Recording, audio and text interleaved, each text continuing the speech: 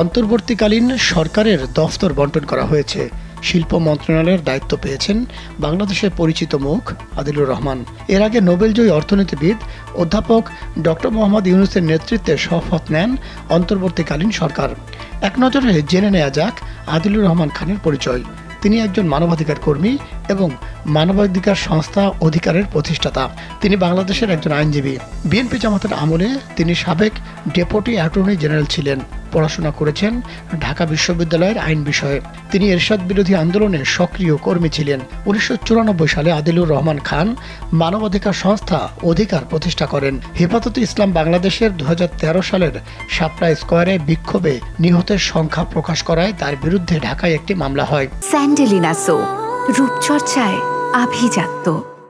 গ্রেফতারও হন তিনি। তখন বিশ্বের বিভিন্ন দেশের মানবাধিকার সংগঠন একযোগে আদিলুরকে আটকের নিন্দা জানান। নানা আন্তর্জাতিক পুরস্কার পেয়েছেন আদিলুর রহমান। তার মধ্যে রয়েছে 2014 সালে রবার্ট এফ কেনেডি মানবাধিকার পুরস্কার, মানবাধিকারের জন্য জোয়ান জো পুরস্কার 2014, হিউম্যান রাইটস অ্যাওয়ার্ড এবং মার্টিন অ্যানালস অ্যাওয়ার্ড ফাইনালিস্ট 2014 পুরস্কার।